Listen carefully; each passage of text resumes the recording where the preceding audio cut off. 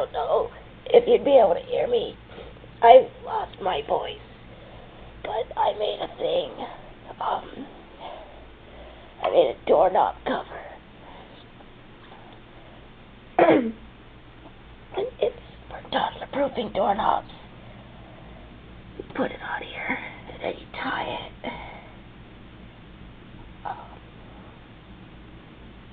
Hold on.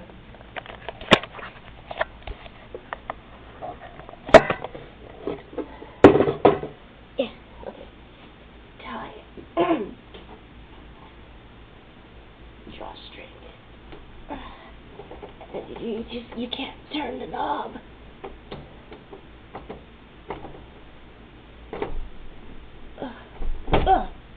It actually took a lot of force to pull off my doorknob right now, so I guess this does kind of toddler-proof. I guess it does toddler-proof doorknobs. But, yay! And when it's done, it can make a cute little drawstring toy purse, too. Yeah, I'm very excited I made this.